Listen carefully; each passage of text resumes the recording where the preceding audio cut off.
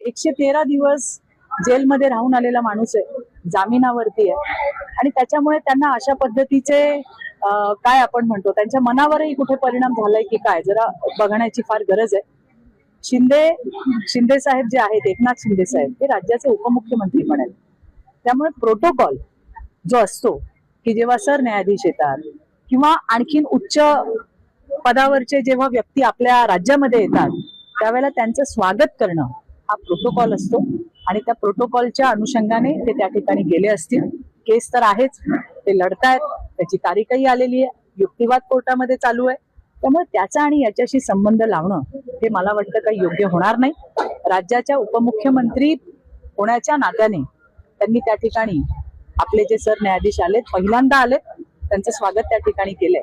थोडंसं सकारात्मक दृष्टीनेही बघणं गरजेचं आहे. परंतु आपण म्हणतो ना असं की ज्याला कावीळ होते त्याला जग पिवळं दिसतं, तसं थोडंसं संजय राऊत